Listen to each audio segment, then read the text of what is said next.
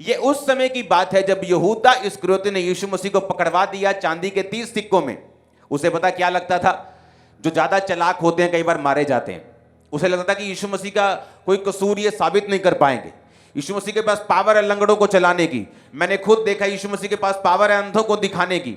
जब यीशु मसीह को पकड़ने के लिए आएंगे ये अंधे हो जाएंगे तो मुझे पैसा मिल जाएगा। वो लालची था, तो उसने सोचा कि यीशु मसीह का पता ही देना है कि वो वहां बैठे है, इसमें क्या प्रॉब्लम है, वो जीवित परमेश्वर अपने आप को खुद बचा लेगा, मेरा फायदा हो जाएगा।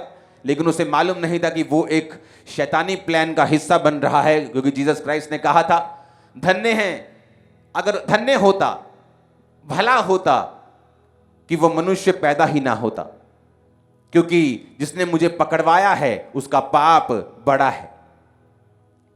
और जब वो पकड़वाया गया तो जब उसने देखा कि यीशु मसीह ने अपने आप को छुड़ाया नहीं, क्योंकि उसे मालूम नहीं था कि ये परमेश्वर का प्लान है कि वो 3 दिन अपने आप को नहीं छुड़वाएगा, मारा जाएगा, गाड़ा जाएगा, तीसरे दिन मुर्दों में से जी उठेगा। उसे ये मालूम नहीं था। जब यीशु मसीह पकड़वाए गए उसने जाकर अपने आप को फांसी दी और वो मर गया। और भजन संहिता का वचन पूरा हुआ, प्रेरितों के काम 1 उसकी 20 से 22।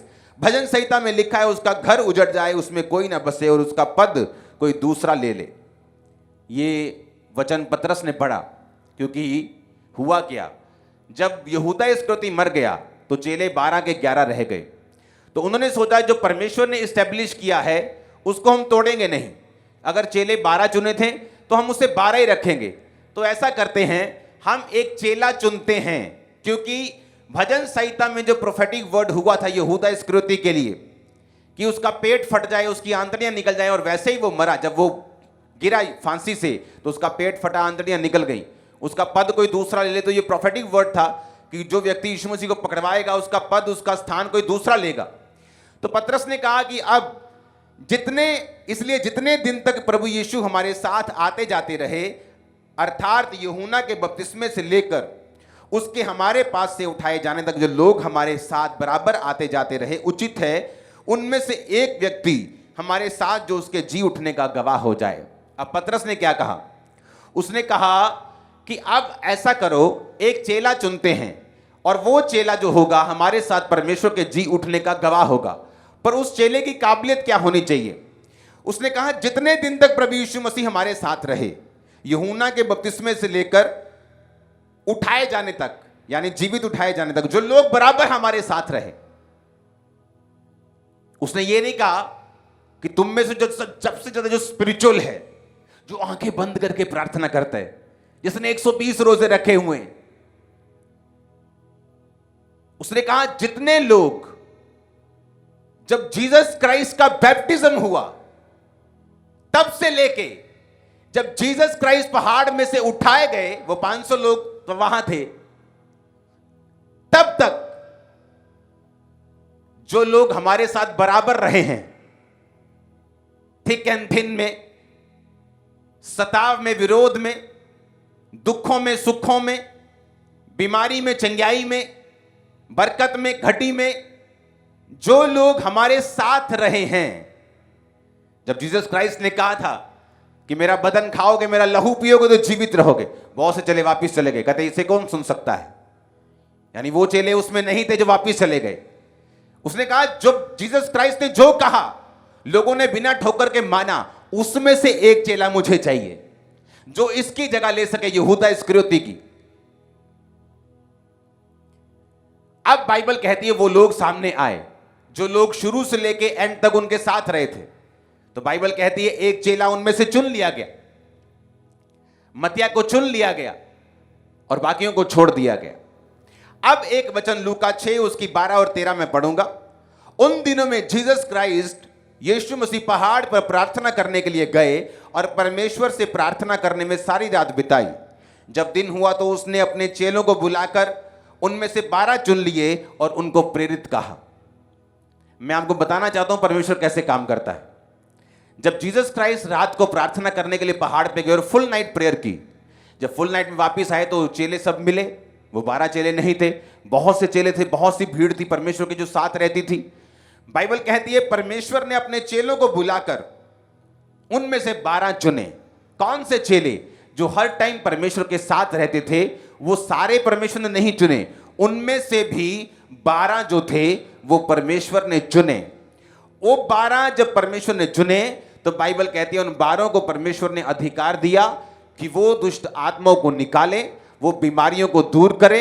जहां जहां जीसस क्राइस्ट खुद जाने को थे वहां उनको परमेश्वर भेजते थे और वो जाकर दो जाकर परमेश्वर के नाम का प्रचार करते थे, लोगों को चंगा करते थे और लोगों को सुसमाचार सुनाते थे। अब मैं आपको एक बात बताना चाहता हूं, एक क्रिश्चियन व्यक्ति अगर अपनी लाइफ में डिलीवरेंस को चाहता है, अगर वो चाहता है मेरा छुटकारा हो, मेरी अगर मिनिस्ट्री है तो वो एक नेक्स्ट लेवल पे जाए।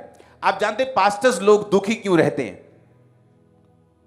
उनका कारण है, जब आपकी चर्च ग्रोथ करना बंद कर देती है, जब एक पानी बहना बंद हो जाता है, वो स्मेल करने लगता है, वो बदबू देने लगता है।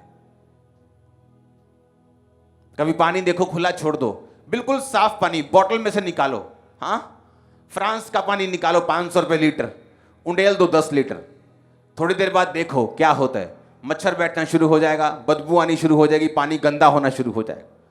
आपने कुछ गंदगी नहीं डाली, साफ बर्तन में डाला है, लेकिन फिर भी वो गंदा हो गया क्योंकि उसने बहना बंद कर दिया।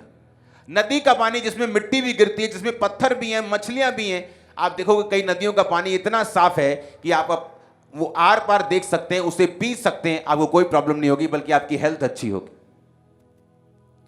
पास्टर्स दुखी रहते क्यों? क्योंकि उन्होंने ग्रोथ करना बंद कर दिया, उन्होंने ग्रो करना बंद कर दिया। अब वही लोग हैं 50, वही 100, वही 200।